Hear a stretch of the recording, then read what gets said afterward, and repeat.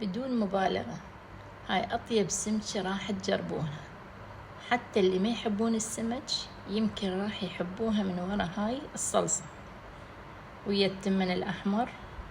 اليوم راح أعلمكم شلون تشوها بطريقة حيل سهلة وطيبة، بحيث أي أحد ياكل منها راح يسألكم على طريقتها.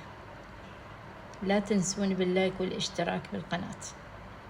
بسم الله الرحمن الرحيم. هنا عندي السمكة غسلتها غسل زين وراح نشفها من المي. ضروري نشيل الخياشيم لأنه تترك زفارة بالسمكة بالشوي بالفرن. نشرحها بهالشكل حتى التتبيلة تدخل داخلها.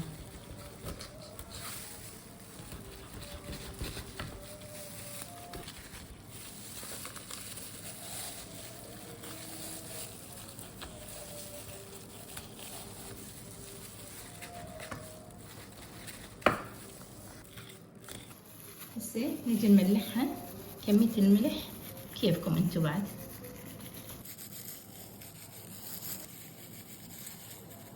نجيب شرائح من الطماطم ونجي نمسحها بهالشكل.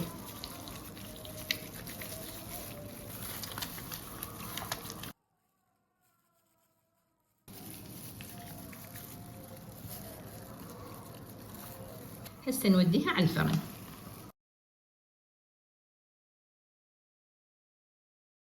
وهنا راح نشتغل بصلصة السمك الرهيبة. أول شي راح أخلي زيت زيتون،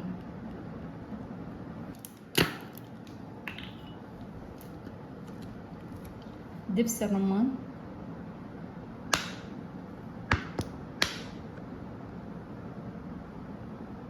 معجون الطماطم، معجون الفليفلة بس أنا مالتي كلش حار فحخلي شوي، رفس. هنا عندي بصل،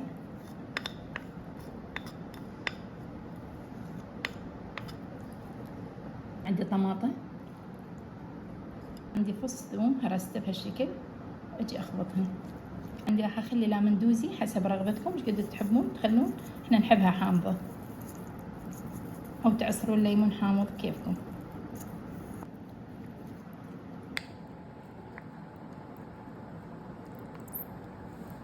هسه بعد ما استوت من الاسفل راح اخلي الصلصة وارجعها بالفرن بهالشكل، تدهنوها كلها.